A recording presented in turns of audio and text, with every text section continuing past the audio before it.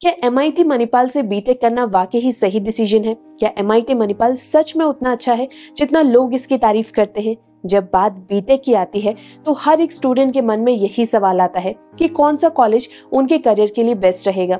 क्या उस कॉलेज की फीस जस्टिफाइड है या फिर क्या वहां पर उनको क्वालिटी एजुकेशन, अच्छी प्लेसमेंट के साथ साथ करियर ग्रोथ भी मिलेगी। अगर आपके भी यही सवाल हैं तो आप बिल्कुल सही जगह पर हैं।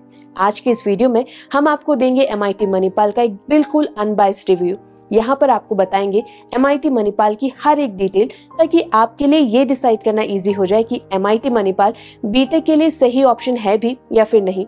तो वीडियो को एंड तक जरूर देखें, क्योंकि यहाँ पर आपको आपके सभी सवालों के जवाब मिलने वाले हैं। वीडियो शुरू करने से पहले एक बात क्लियर कर लेते हैं, आपको कोई भी कॉलेज उसका नाम, ब्रांड या फिर हाईएस्ट पैकेज देख के ज्वाइन नहीं करना है।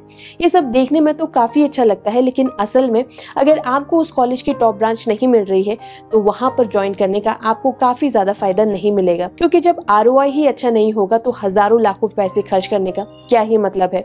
डिग्री तो आप कहीं से भी ले सकते हैं। तो with that note in mind शुरू करते हैं MIT मणिपाल का रिव्यू। अब बात करते हैं MIT मणिपाल की।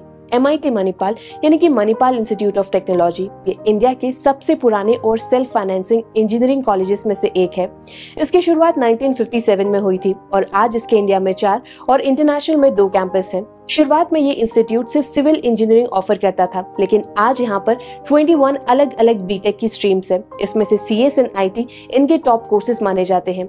ये एक प्राइवेट इंस्टीट्यूट है जिसका मेन कैंपस उडुपी कर्नाटका में है और इसका कैंपस साइज है 188 एकर्स, जो कि काफी बड़ा है। NIRF रैंकिंग की बात करें तो इंजीनियरिंग में इसका रैंक 61 है।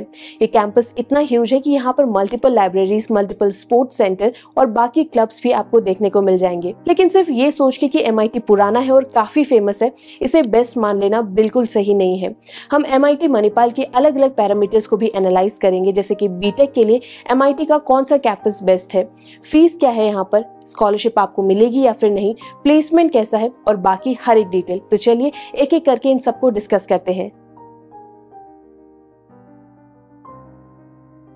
अगर आप सोच रहे हैं कि बीटेक के लिए कौन सा MIT का कैंपस बेस्ट है, तो इसका जवाब है MIT का मेन कैंपस, जो कि उडुपी कर्नाटका में है। MIT प्राइमरीली JEE मेन का स्कोर कंसिडर नहीं करता है for admission to its engineering programmes. यहाँ first preference Manipal entrance test यानी कि MET और 10+2 के बोर्ड रिजल्ट को मिलती है।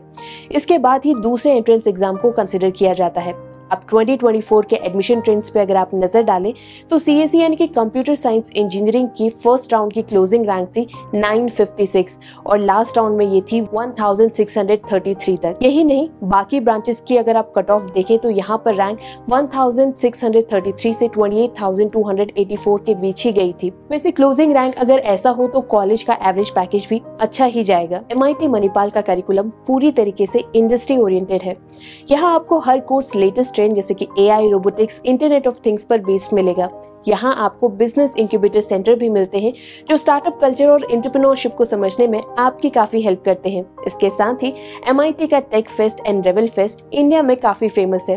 ये इवेंट्स आपको अपनी स्किल शोकेस करने का मौका देते हैं, वो भी एट ह्यूज लेवल। MIT में पढ़ाई के साथ साथ इंटरनेशनल यूनिवर्सिटी और रिसर्च प्रोग्राम में भी आपको काफी एक्सपोजर मिलता है। तो कुल मिला के MIT का मेन कैंपस आपके लिए एक परफेक्ट चॉइस हो सकता है।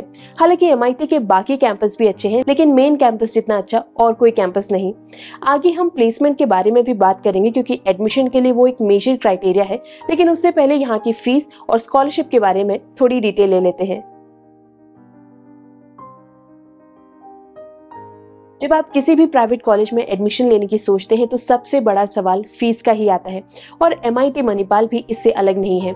यहाँ B Tech, CSE, AI and ML lateral entry के लिए ही आपको 15 लाख रुपए से ज्यादा खर्च करने पड़ेंगे। अगर आप यहाँ पर B Tech, CSE in financial technology की फीस देखें तो ये 19 लाख से भी ऊपर है। और मैं आपको बता दूं कि ये सिर्फ ट्यूशन फीस है, इसके अलावा बाकी चार्जेस भी होते हैं। अब ये सुनकर आपको लगेगा कि यहाँ से बीटेक करना आपको काफी महंगा पड़ सकता है और हर कोई ये भारी भरकम फीस अफोर्ड भी नहीं कर सकता। वैसे इतनी ज्यादा फीस देखकर हर किसी को लगेगा कि ये उनके बजट से बाहर है, लेकिन अगर आप थोड़ी भी प्लानिंग और मेहनत करें तो MIT मणिपाल जैसे बड़े कॉलेज में आप डिग्री 7 से 8 लाख रुपए में ले सकते हैं। MIT एडमिशन के लिए MET एंट्रेंस एग्जाम कंडक्ट कराता है। इस एग्जाम में हर साल 1 लाख से ज्यादा स्टूडेंट अपीयर होते हैं और जो स्टूडेंट टॉप 100 में आते हैं उनकी फीस पूरी तरीके से 100% माफ होती है। लेकिन सिर्फ इतना ही नहीं, यहाँ बीटेक के लिए स्कॉलरशिप और अचीवर स्कॉलरशिप भी होती है। ये स्कॉलरशिप आपकी ट्यूशन फीस का एक बड़ा हिस्सा कवर करती है और MET का लेवल JEE जितना डिफिकल्ट भी नहीं होता, तो अगर आप थोड़ी मेहनत करें तो आपके लिए स्कॉलरशिप पाना काफी आसान हो सकता है। इसके अलावा इकोनॉमिकल वीकर सेक्शंस के लिए भी यहाँ पर खास स्कॉलरशिप है। मतलब कि MIT में भले ही फीस ज्यादा है, लेकिन MIT मणिपाल उन स्टूडेंट को सपोर्ट करता है जो पढ़ाई में अच्छे हैं और जो सच में लाइफ में कुछ करना चाहते हैं। तो आपको मणिपाल की महंगी फीस से डरने के बजाय यहाँ पर स्कॉलरशिप पाने की प्लानिंग करनी चाहिए। वैसे स्कॉलरशिप फीस को तो अफोर्डेबल बना देती है, लेकिन क्या MIT मणिपाल की प्लेसमेंट में वो वाव फैक्टर है जो इसे टॉप कॉलेज बनाता है? तो चलिए इसका भी सच जान लेते हैं। किसी भी कॉलेज की सबसे बड़ी हाईलाइट होती है उनका प्लेसमेंट।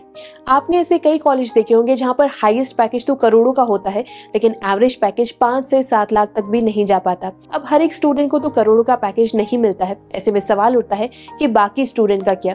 इसलिए कॉलेज सेलेक्ट करते टाइम आपको हर एक डिटेल चेक करनी है। एवरेज प्लेसमेंट भी आपको जरूर देखनी चाहिए। MIT मणिपाल का प्लेसमेंट रिकॉर्ड अच्छा है।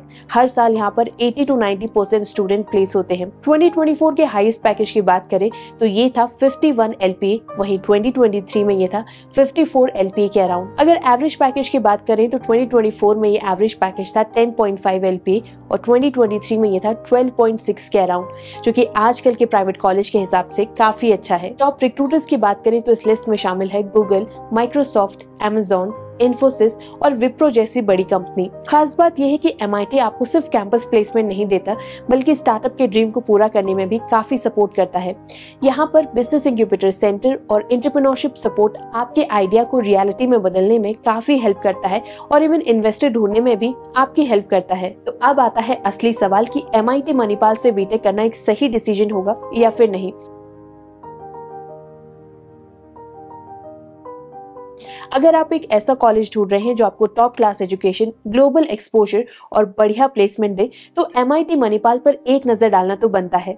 बाकी बड़े कॉलेज के कंपैरिजन में यहाँ पर बीटेक में स्टूडेंट का इंटेक भी काफी कम है। जैसे CS ब्रांच में देख ले, यहाँ पर इंटेक सिर्फ 230 स्टूडेंट का है। अब सोचिए, कई बड़े कॉलेजेस में यही नंबर 1000 से भी ऊपर चला जाता है। कम इंटेक का सीधा मतलब होता है कम सीट और क्वालिटी स्टूडेंट, और इसका सबसे बड़ा फायदा होता है एवरेज पैकेज में।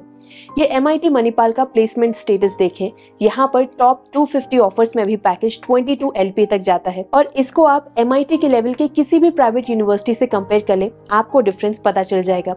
हाँ, यहाँ पर एक इशू जरूर है कि यहाँ की फीस थोड़ी ज्यादा है, लेकिन अगर आप मणिपाल एंट्रेंस टेस्ट में अच्छा स्कोर करते हैं तो स्कॉलरशिप के गेट्स भी आपके लिए ओपन हो जाते हैं।